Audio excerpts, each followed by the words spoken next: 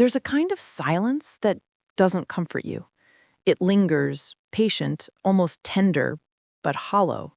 The kind of silence that makes a woman notice the hum of her own heartbeat, the whisper of fabric when she folds her hands, the faint creak of her office chair, as if even it is restless. That's the silence that filled Nora's office every evening after her last client left. The walls held the weight of other people's stories, grief, regret, the kind of sorrow that came in disguised as anxiety or ambition. And when the door closed, their echoes stayed behind. She used to love this quiet, used to think it was peace. But lately, it had started to feel like absence, the kind that pressed against her chest until she forgot how to breathe easily. The office around her was small but warm, a soft amber lamp in the corner, a faint smell of coffee and sandalwood, books stacked in neat, forgiving disorder. She'd chosen everything here carefully, wanting her clients to feel safe. She just hadn't realized how much she needed that same safety herself. Nora wasn't unhappy, not exactly. She was just untouched. Not in the way of skin meeting skin, though that ache existed too, but in the deeper way, the one that made her bones hum quietly for connection. She spent her days listening to hearts unravel, but no one listened back. Her compassion had become both her gift and her cage. And maybe that's why she noticed him. The first time Adrian walked through her door, it was raining outside. Not the kind of cinematic rain that glimmers and cleanses, but a gray, wary drizzle that matched the air in her office. He entered with hesitation, as though the act of seeking help cost him something. His shoulders were broad, his suit perfectly pressed. But his eyes looked like someone who hadn't slept in months. He apologized for being late. She smiled, the kind of professional warmth she had mastered over years. "It's all right. You're here now." But as he sat, and the space between them filled with quiet again, something subtle shifted. The air felt charged, not in the way of attraction, but recognition, like two frequencies that had accidentally aligned. He spoke slowly, cautiously. A man used to being in control. A man who didn't know how to confess the quiet things. His story unfolded like so many others. Success that felt like failure, love that had turned into obligation, nights that lasted too long because sleep wouldn't come. She nodded, listened, asked gentle questions. But somewhere between his pauses and his sighs, she felt something stir inside her. Not desire, not yet. Something softer. A pull. The sound of his voice, low and rough, carried more truth than the words themselves. He wasn't used to being seen. And Nora, though she'd heard hundreds of stories, found herself wanting to see him, past the rehearsed strength, past the neat self-control, into the trembling places he kept hidden. And that startled her. She had spent years building walls, elegant and necessary.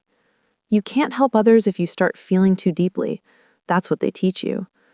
But the longer Adrian spoke, the more she realized how starved she had become for something real. She found herself watching the way his hands clenched when he tried to describe his loneliness, the way his eyes darted away when he said, "Sometimes I don't even recognize the man my wife looks at." The words hit her harder than they should have. Something in her chest echoed that confession. And for a moment, she wasn't the therapist. She was the woman who once waited for someone to come home and realized they never really arrived. She leaned forward slightly, her voice quiet, but steady. "When was the last time you felt seen?" The question hung between them like smoke. He blinked, as if the weight of it caught him off guard. Then he laughed, a low, humorless sound. "I don't know if I ever have." It wasn't what he said. It was how he said it. Soft, honest, tired. And for a heartbeat, she felt it too. That raw truth that hides beneath all human facades. That's when the silence returned. Not heavy this time. Alive. Something had shifted. Neither of them named it, but both of them felt it. That invisible thread that ties two lonely souls who were never supposed to meet this way. One seeking help, the other giving it, both aching in the same quiet way. When the session ended, he stood slowly, thanked her, his voice rougher now. Their hands brushed when she opened the door, just barely, a whisper of touch. But it was enough to make her pulse skip. She watched him leave through the glass window, his figure dissolving into the gray rain. And for a long time, she sat there, unmoving. It wasn't the first time she'd felt connection with a client. Empathy was her trade. But this was different. This felt like being remembered by her own body, like some part of her that had been asleep suddenly lifted its head. And in that stillness, she wondered, when was the last time someone really looked at her, not as a healer or a helper or a name on a plaque, but as a woman? The lamp flickered once, and she exhaled, a trembling, fragile sound. There was a storm outside, but the one inside her was quieter, more dangerous, because she knew what loneliness could do when it found a reflection. And deep down, though she didn't dare name it yet, she knew this was not the last time Adrian would walk through that door.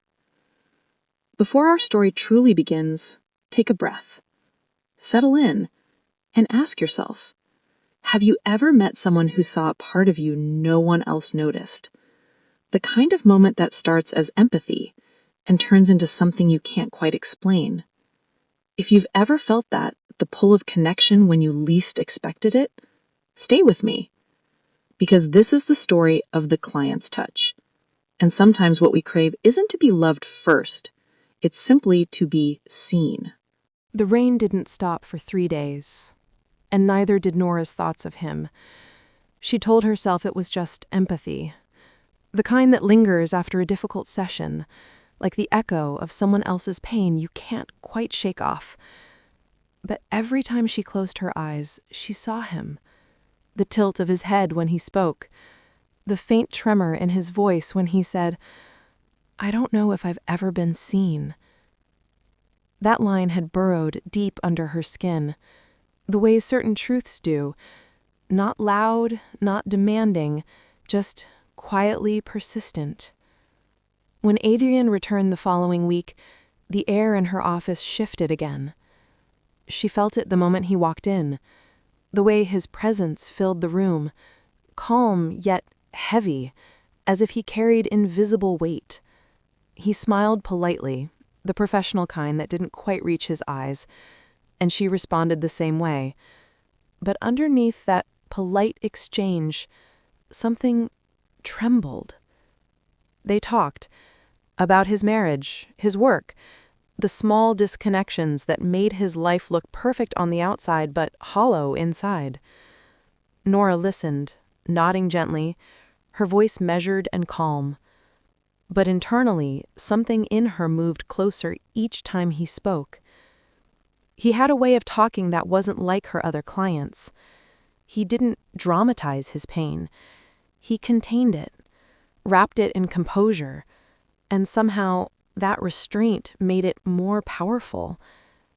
At one point, he laughed, softly, self-deprecating. "She says I'm distant. I guess I am. But how do you give warmth when you've forgotten what it feels like to receive it?" Nora felt her throat tighten. She wanted to tell him she understood, that sometimes even in the presence of love a person can starve, that being wanted and being known were two very different things. But she didn't. She couldn't. Instead, she said quietly, "Sometimes we build walls so high to protect ourselves that we end up protecting ourselves from the very things we crave." He looked at her then, really looked, and the silence that followed wasn't empty.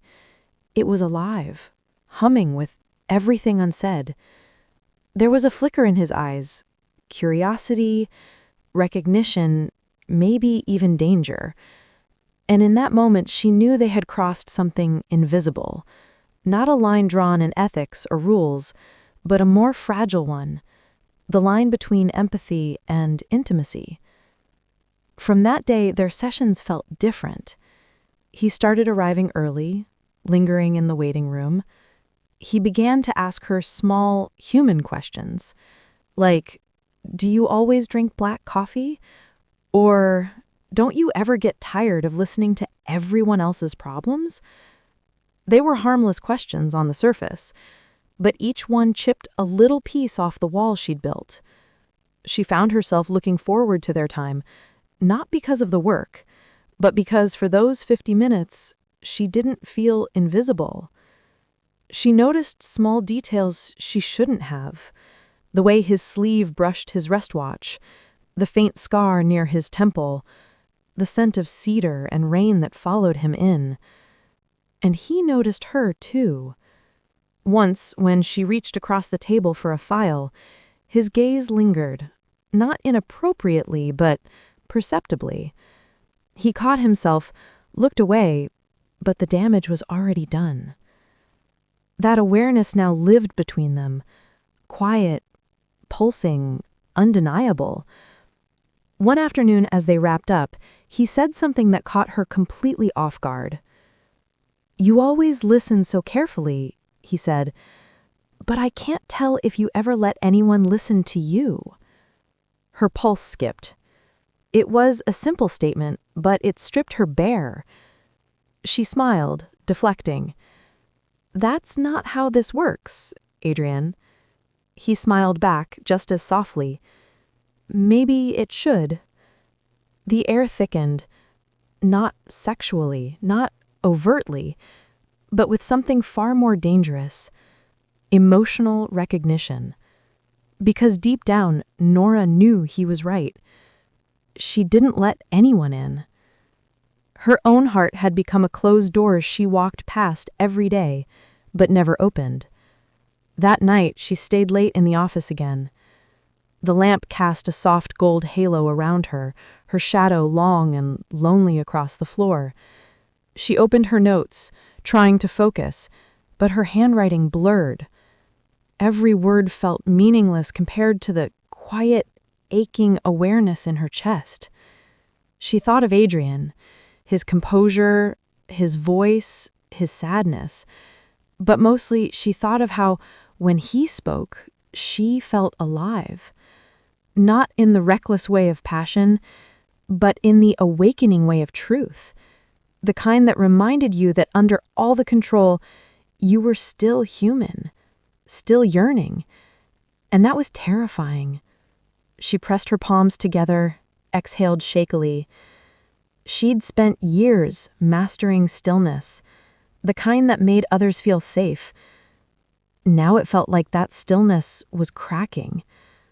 Because the truth was, it had been a long time since anyone's presence had reached her like this, and she didn't know how to stop it. Some connections don't ask for permission. They slip in quietly in the spaces where you've grown numb and remind you that your heart is still beating. But with every heartbeat comes a cost. Nora didn't know yet that this was the beginning of the unraveling, that the more she tried to maintain control, the more fragile it would become. Because what happens when the healer starts to crave healing? Not from solitude, not from silence, but from the very person she's supposed to save. There's a kind of silence that doesn't feel empty. It feels charged, like the air right before a storm, trembling with something unspeakable. That's the silence that began to fill Nora's office each time Adrian came. Their sessions had become less about words, more about presence. Sometimes he spoke, sometimes he didn't. And she found herself no longer trying to fill the gaps. Instead, she watched. The way his shoulders would ease when he exhaled, the slow rhythm of his breath when he finally let himself feel safe.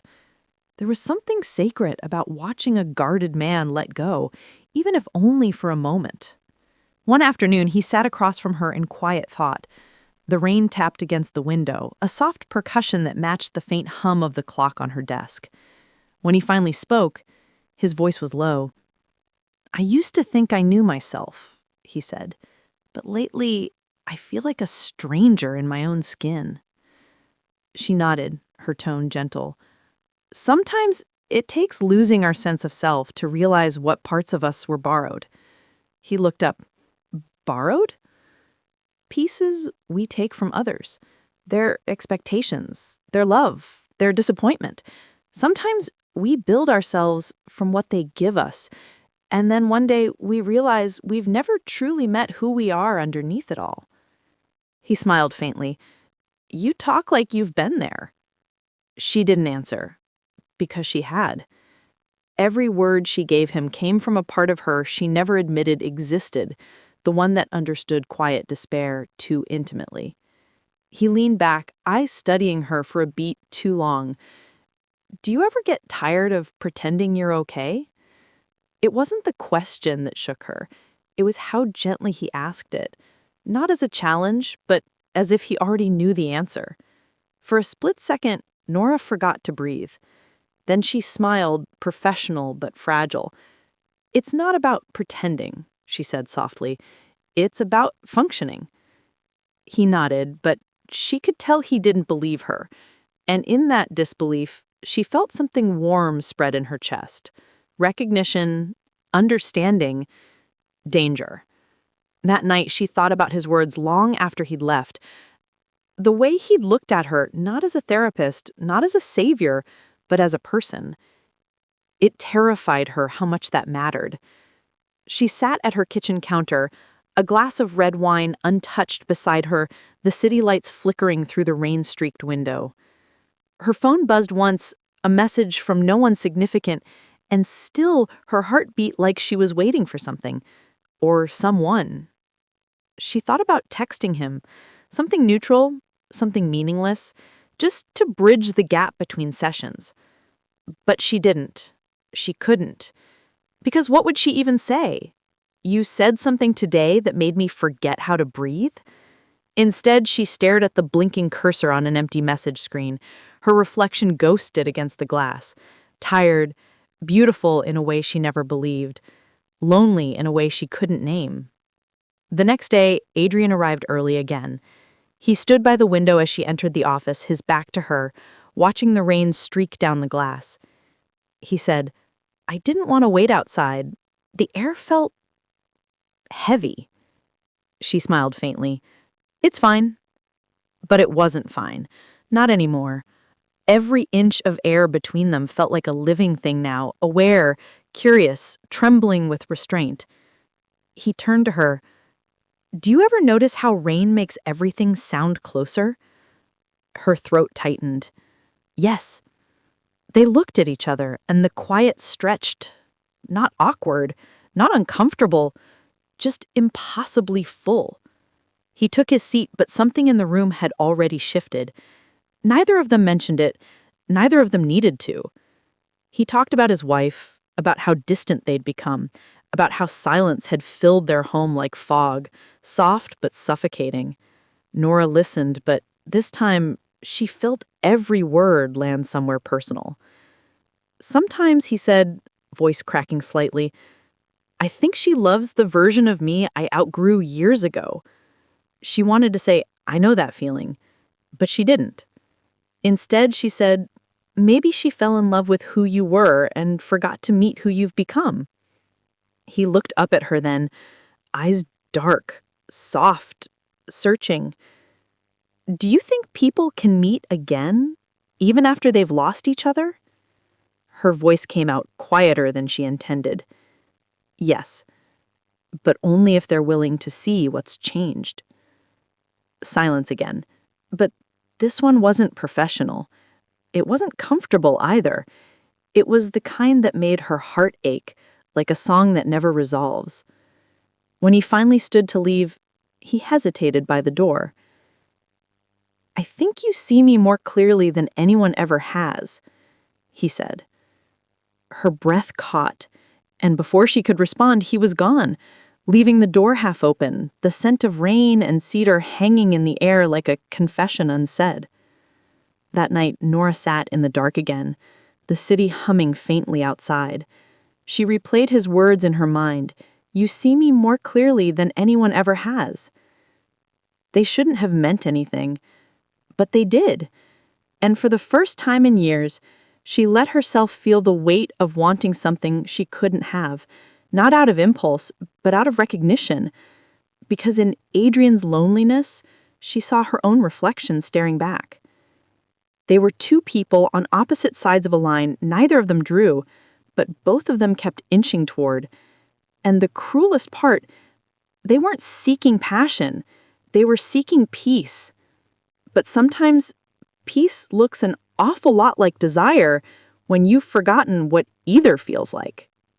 There's a point in every forbidden connection where pretending stops working, not because you want it to end, but because your heart simply stops listening to reason. For Nora, that moment came 3 days later. It was supposed to be an ordinary session. Same office, same soft music humming in the background, same polite exchange of smiles. But the air was different. Adrian walked in wearing a dark sweater, rain clinging to his shoulders, his hair slightly tousled. He looked tired, not in the way of a man who hadn't slept, but in the way of someone who'd been thinking too much about the wrong thing. She felt it before he said a word, that pull, that quiet gravity that made everything else in the world blur out of focus. He sat down, hands clasped, his voice lower than usual. "I tried not to come today," he said. Her breath caught. "Why?" He looked at her, really looked, and something in his eyes broke her stillness. "Because I knew I'd tell you things I shouldn't." She didn't speak. She didn't move. The clock ticked once, then twice. He continued, his words barely above a whisper. "Every night I replay our conversations in my head, the way you listen, the way you look at me when I'm trying to explain what I can't even understand myself. It's like I finally found someone who doesn't just hear me, but feels me." Nora's pulse throbbed in her throat. She tried to breathe evenly, to stay within the fragile walls of professionalism, but the walls were already crumbling. Her voice came out small. "Adrian." He shook his head gently. I know we shouldn't, but tell me something." He leaned forward, elbows on his knees, eyes locked with hers. "Have you really never thought about it? Even once?" Her chest tightened. The question hung in the air like smoke, visible, intoxicating, impossible to ignore. She swallowed hard. "It's not that simple." He smiled sadly. "It never is." For a long moment, neither of them spoke. Only the rain filled the silence, the steady rhythm of something falling apart. She stood, meaning to move, to create space, but he rose too, instinctively, like her motion had pulled him with her. They stood only a breath apart. And suddenly, the air between them wasn't air at all. It was a storm, electric and alive. He reached out, slowly, as if asking permission. His fingers brushed against hers, light, tentative, but enough to shatter something deep inside her. The touch wasn't sexual. It was recognition. It was the human need to be seen. Nora closed her eyes. For the first time in years, she didn't think. She simply felt. When she opened them, he was watching her, every muscle in his face trembling with restraint. Neither of them moved closer. Neither of them stepped away. It was a standoff between want and will. Then quietly, she said, "You should go." He hesitated, eyes dark with something unspoken. "Do you really want me to?" Her throat tightened. She wanted to say yes, but the word didn't come. Instead, a tear she hadn't expected slipped down her cheek, and that was all it took. He reached out, not to pull her in, not to claim her, but to brush that tear away. His thumb lingered for a moment too long against her skin, and in that single touch, years of loneliness dissolved into something terrifyingly alive. For a heartbeat, The world disappeared. The room, the rain, the rules.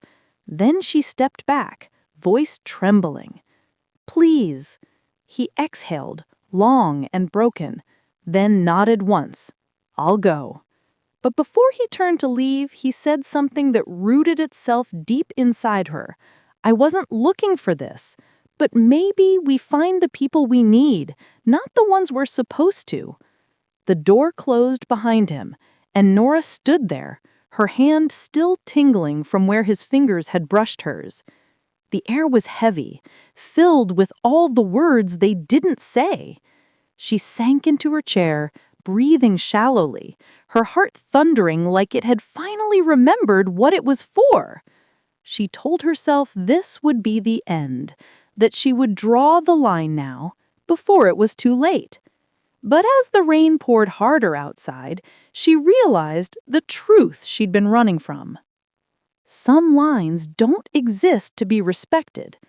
They exist to be tested. And some connections don't fade with distance. They deepen in silence. That night, Nora couldn't sleep. Every time she closed her eyes, she saw the look in his, the kind of look that undoes even the most careful of souls. Her body ached, not from want, but from the weight of everything she'd tried to hold back. She wasn't foolish enough to mistake this for love. No, it was something rarer, crueler, truer. It was recognition. The moment two lonely hearts whisper the same language for the first time. And somewhere in the dark, she whispered to no one, "I see you too." Sometimes surrender doesn't come as a choice. It comes quietly, like rain seeping through the smallest cracks, finding its way in no matter how many times you seal the window. For Nora, it arrived on a Thursday evening, long after she thought she had control back. The day had been long, the office silent. Her last appointment had canceled, the corridors empty except for the hum of air conditioning. She was gathering her things when there was a soft knock on the door. Adrian. He looked different, exhausted, unsure. There was no confidence in his stance, no plan. Just a man trying to keep himself from falling apart. "I shouldn't have come," he said, voice low.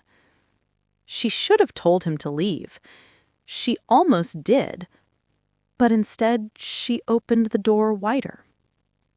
He stepped in.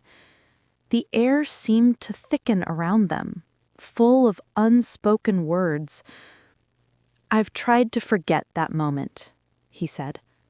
"I can't." Nora's heart pressed against her ribs. "You don't have to say this," he replied, "because it's the truth." He took a single step closer. That was all. One step. Yet it felt like the entire world shifted an inch. She looked up at him, really looked, and saw the same weariness she carried herself. The same hunger for warmth, not from passion, but from presence. The silence between them stretched, alive and pulsing. And then, the smallest gesture. Her hand brushed against his sleeve as she reached for the desk. The kind of accidental touch that's anything but. Neither moved away. The next breath they shared felt borrowed. Every inhale, every heartbeat said what words refused to. He didn't pull her close. He didn't have to. The distance dissolved on its own. Their foreheads touched first, the simplest, most innocent contact in the world, yet it carried years of unspoken ache. It wasn't lust that made her tremble. It was relief. Relief at not being the only one who felt the hollow places. When she whispered his name, it wasn't a confession. It was gratitude. for being seen, for being allowed to be human again. The world outside the office disappeared. The ticking clock faded. The hum of the lights softened. There was only the sound of two people remembering what it meant to feel alive. Time blurred. When it passed, because it always does, they sat apart again, the silence gentler now. The storm had quieted, but the air still shimmered with what had been shared. Nora's eyes glistened, but she wasn't crying. There was peace there, the kind that comes only after you stop fighting yourself. Adrian looked at her with something that wasn't victory, but understanding. He didn't reach for her again. He just whispered, "Thank you," and left. When the door closed, Nora didn't move. She sat in the half-light of the office, her palms still warm, her heartbeat finally steady. There was no guilt, not the kind that punishes, only the kind that teaches. She realized something then. What she had given wasn't her body. It was her truth.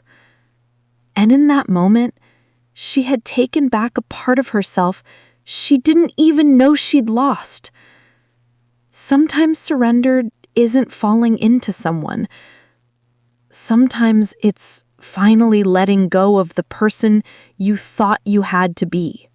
There was always something about endings that Nora found impossible to plan for.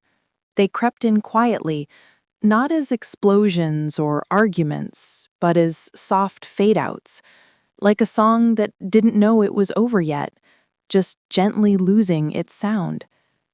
Adrian's last session came on a rainy Thursday. The city was washed in silver light, the kind that blurs the line between sky and pavement. Her office smelled faintly of rain and peppermint tea. The clock ticked the same way it always did, steady, indifferent. But something in her felt different. She had known, from the moment she saw his name in her schedule that morning, that today would weigh heavier than the others. He entered with that familiar half-smile, polite, warm, restrained. His presence filled the room effortlessly, the way sunlight fills a window, uninvited but necessary. And for the first time, she didn't feel nervous. She just felt ready. They talked like always, about life, about progress, about the small victories that only two people who have shared silence can understand. He told her how he had started sleeping better, how he'd reconnected with his sister, how the heaviness that once lived in his chest didn't own him anymore. And she smiled, not the professional kind, but the kind that trembles at the edges because it's real. "You look lighter," she said softly. He glanced at her, almost shy. "Maybe I am." There was a pause, long and gentle, the kind of pause that says more than words could. And then he added, "You've helped me remember what it feels like to be seen." Something inside her cracked open, not with pain, but with recognition. Because that was exactly what he had given her too. He didn't know it, of course. He didn't know how his words had mirrored her own ache, how his presence had reached into the hollow corners of her life and reminded her that she was still capable of feeling, that she was not invisible, that she was still human beneath the layers of control and composure. She wanted to say it back, to tell him that he'd given her something precious, something beyond what their roles allowed. But she didn't. She couldn't. So instead she said, "That's all I ever wanted for you." The words sat between them like glass, clear, fragile, and true. When the clock hit the hour, he rose, slowly, reluctantly. And she stood too, her heart heavy and hollow at once. He hesitated at the door, his hand on the handle. "Take care, Nora," he said quietly. His voice carried something unspoken. Gratitude? Maybe. Longing? Maybe both? She nodded. "You too, Adrian." And just like that, he was gone. The door closed softly, but the silence that followed roared in her ears. For a long time, she didn't move. She just stood there, staring at the empty chair he'd left behind, the indentation on the cushion, the ghost of his laughter still hanging in the air. And then finally, she exhaled, a slow, shuddering breath that carried weeks of restraint. That night, she didn't turn on any lights when she got home. She let the city glow through her windows instead, dim, distant, forgiving. She poured herself a glass of wine and sat on the couch, curling her legs beneath her. The quiet was thick, but not lonely. And in that stillness, she let herself feel it all, the ache, the gratitude, the tiny pulse of something reborn inside her. It wasn't about him, she realized. It never truly was. Adrian had been a mirror, showing her what she'd forgotten, the way her own voice could tremble when she cared, the way her pulse could quicken at the thought of being known, the way longing wasn't always about love. Sometimes it was about life itself. She smiled, small and tired, but genuine. For the first time in years, she didn't feel the need to run from her own emptiness. She just sat with it. And it didn't scare her anymore. Outside, thunder murmured in the distance, low and steady. The rain began again, soft against the glass. It sounded almost like applause. Not every story of connection ends with a kiss. Some end with silence, the kind that changes you forever. Sometimes, the person who awakens you isn't meant to stay, just to remind you that you are still alive. So tell me, was it wrong to feel? Or was it the most honest thing she ever did? If you've ever found yourself touched by someone's presence, not by their hands, but by their understanding, you already know what Nora felt. And if you believe that even unspoken stories deserve to be heard, then subscribe to Uncut Confessions, because here we listen to the quietest truths of the human heart. The rain kept falling, the city kept breathing, and Nora, somewhere between who she was and who she was becoming, finally let herself rest.